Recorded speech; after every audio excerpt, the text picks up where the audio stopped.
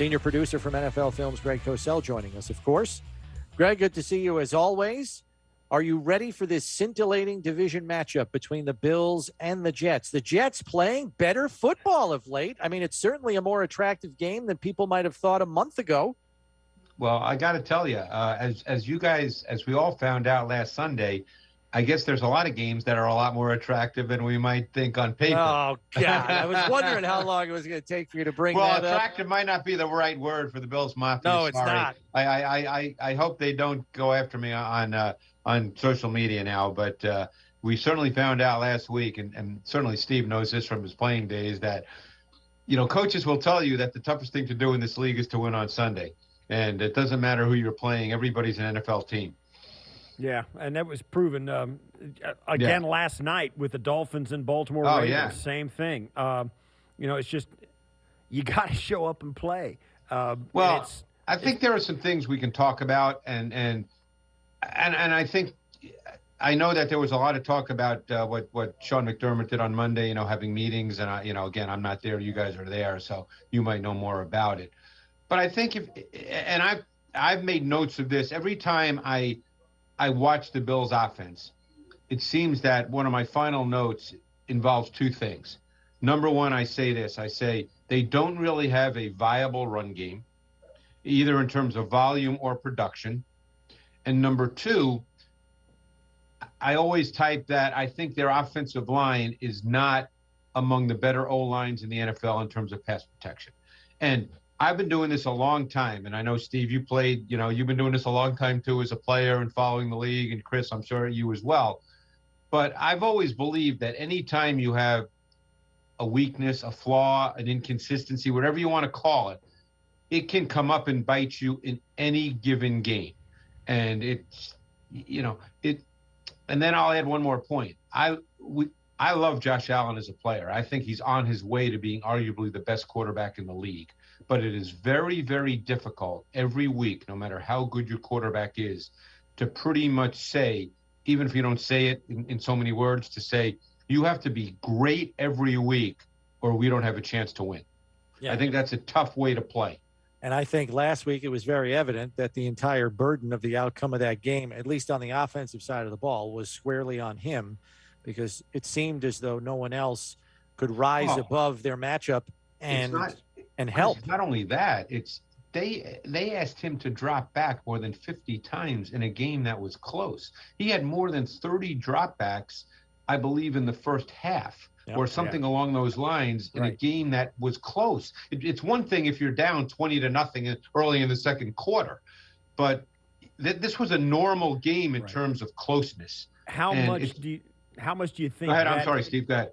How much do you think that was predicated by the fact that either Sean McDermott or Brian Daboll, for that matter, or anybody else, was sitting up in the box or on the sideline saying, "We can't run it because our offensive line is getting crushed."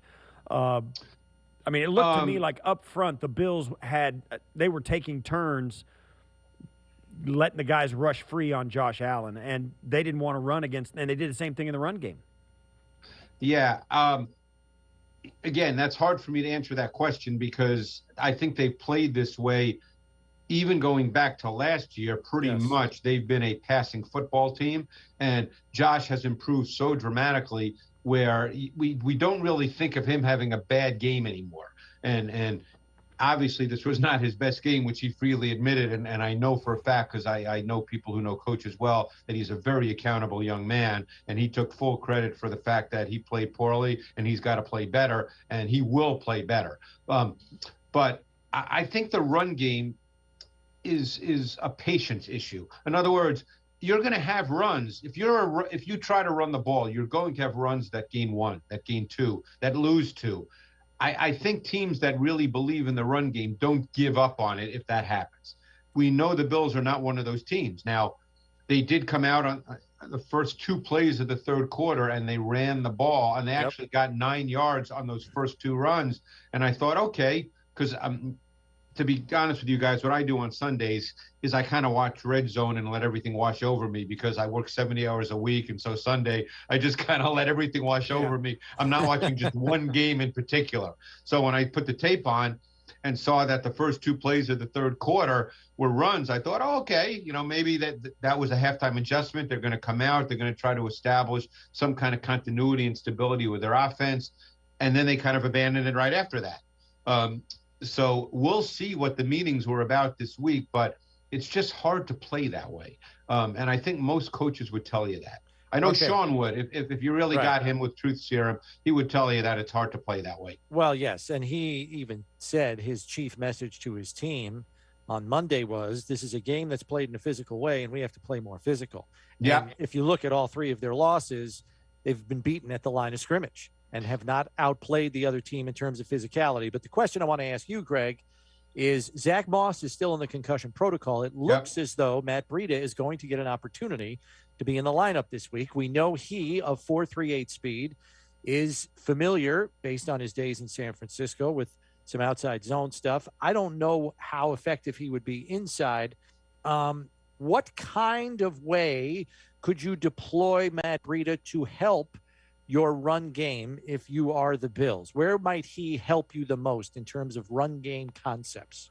Well, there's no question outside zone is his baby. That's what he ran when he was with the Niners. He had some long runs when he was there because he's an explosive player.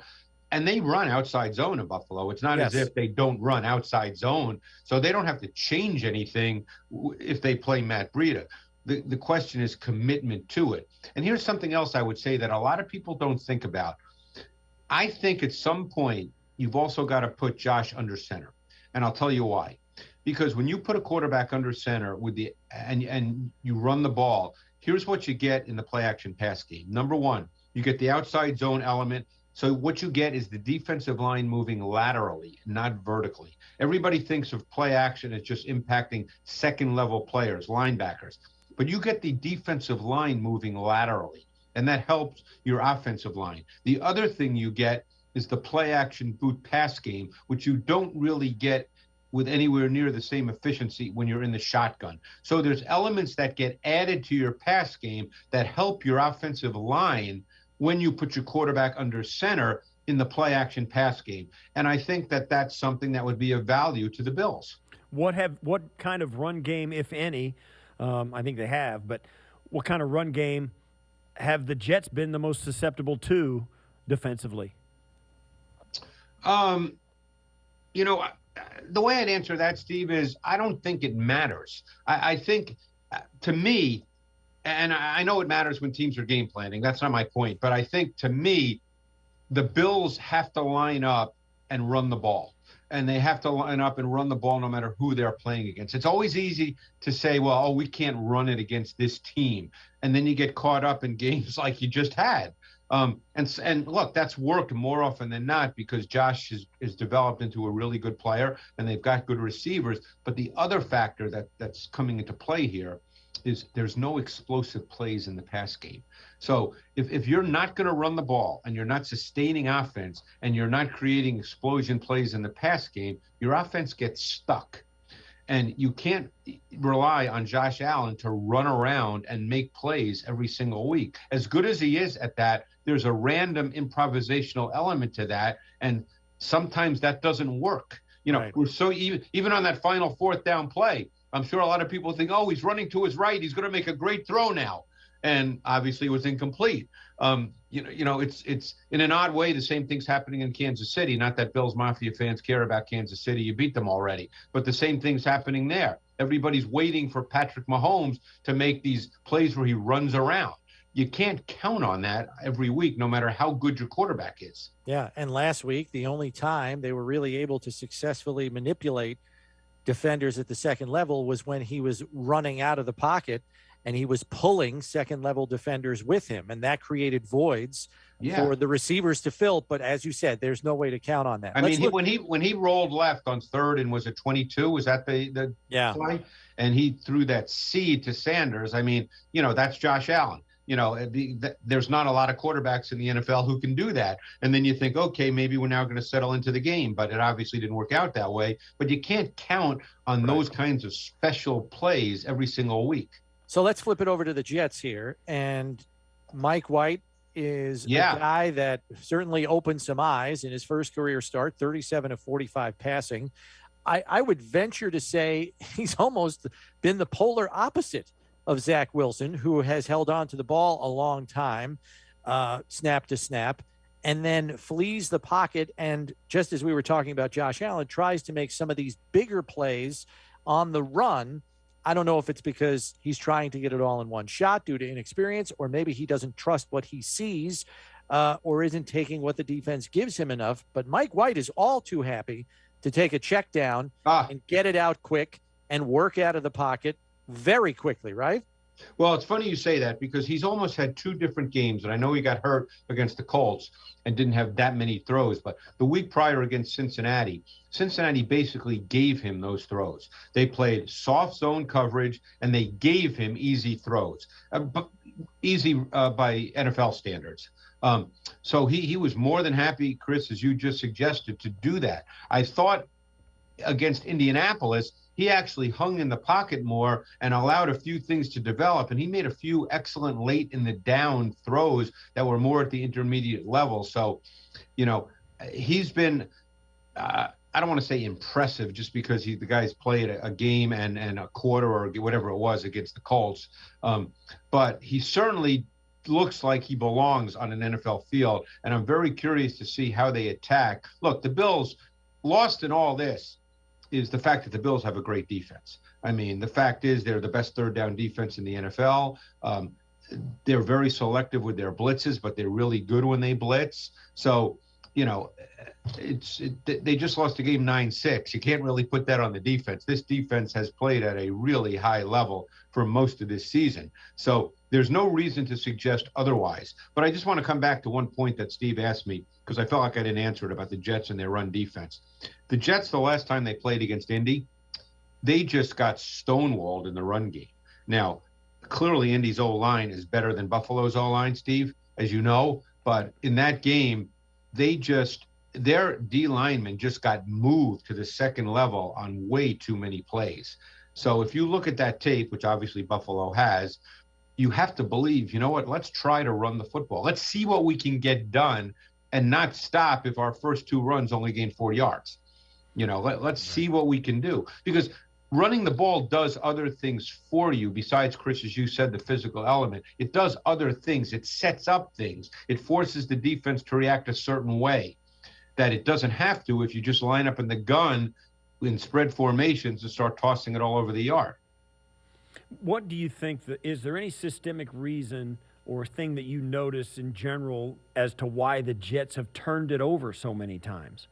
Oh, yeah, that's a hard question to answer. I mean, they turned it over a lot when Zach Wilson was playing quarterback, and he's not the quarterback because Zach Wilson, quite honestly, at this point, still plays at the NFL level like he's in college. There was a looseness and undisciplined nature to his game, and he'll learn that as he plays more, ideally for the Jets, from the Jets standpoint.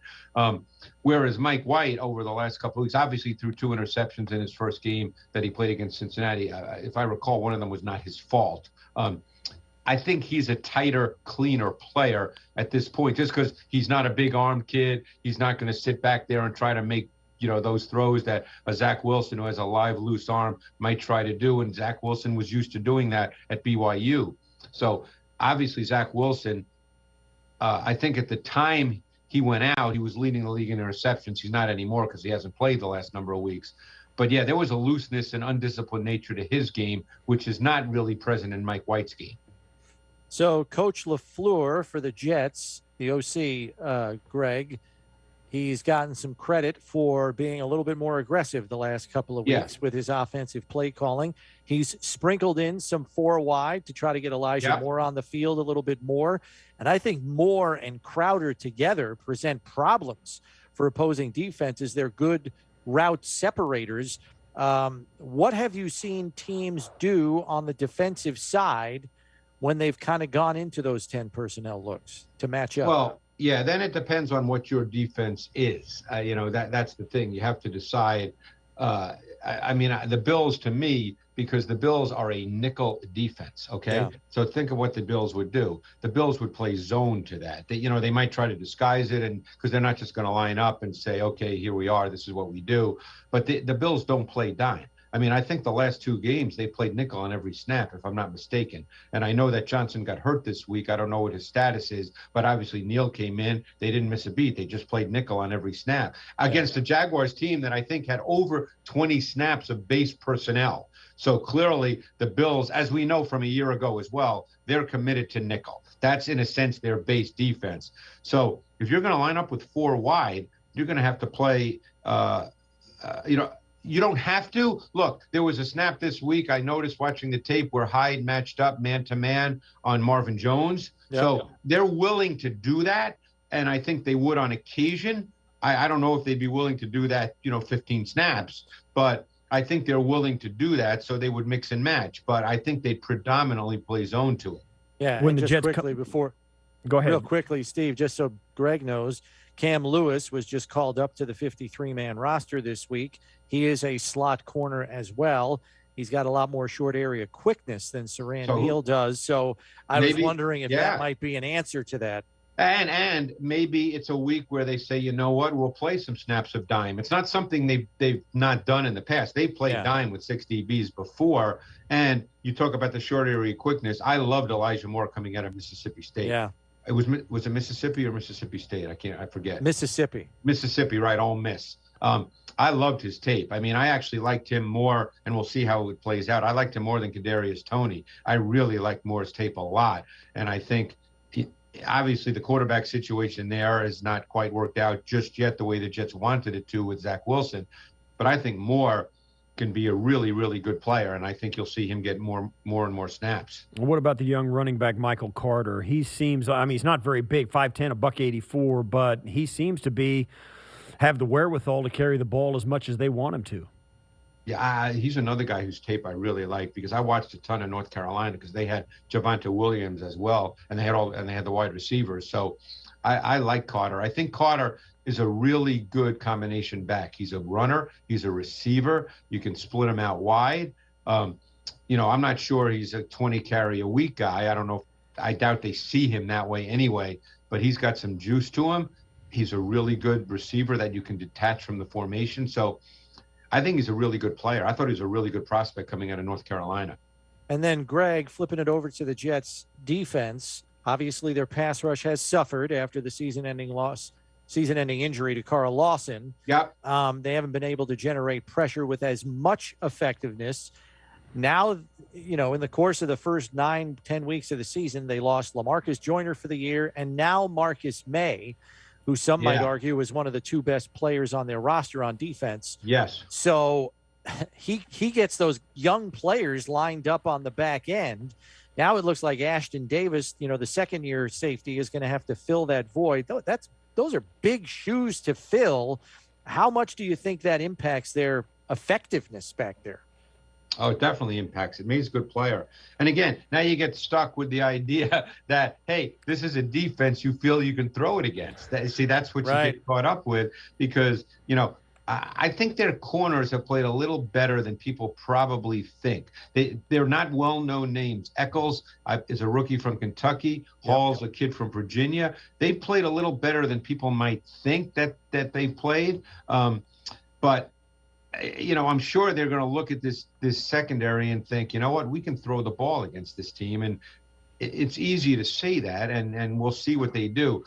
In all honesty, I thought last week that their 2 stacked linebackers, Mosley and Davis, really played poorly in the run game. I mean, the Colts O-line just kept they were driving them back. Those guys played laterally instead of attacking gaps. I thought they played really with hesitancy, with uncertainty, and they just set themselves up to be blocked. Now, this is a different offense than what the Colts bring to the table, obviously, with Jonathan Taylor. So we'll see. But because both those guys are pretty athletic and they look the part. But, I think the Bills are going to look at this defense and feel like we can throw the ball. Right. Right before we go, I'm going to bounce around. Did you see Thursday Night Football last night? What did you think of the Miami Dolphins being able to upset the Ravens? I'm going to tell you this, and I'm just being honest. I actually watched Tua's throws this morning, but believe it or not, I actually watched Kenny Pickett and Sam Howell last night. I was watching North Carolina. I was watching North Carolina and Pittsburgh because I've actually watched I watched Howell's tape this summer from last year, and I've actually watched Pickett's tape from both 2019 and 2020. And I personally think Kenny Pickett will be the first quarterback chosen.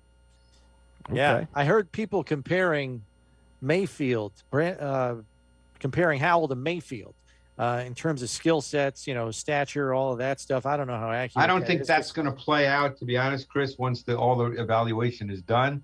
But that's just my opinion. Yeah. All right. Fair enough. All right. Look at that. He's already dipping his toe in the college draft waters. We're only at week 10. I know. Right. I wish I could actually watch college tape, but that doesn't quite fit into my 70-hour work week. I worry about you sometimes, Greg.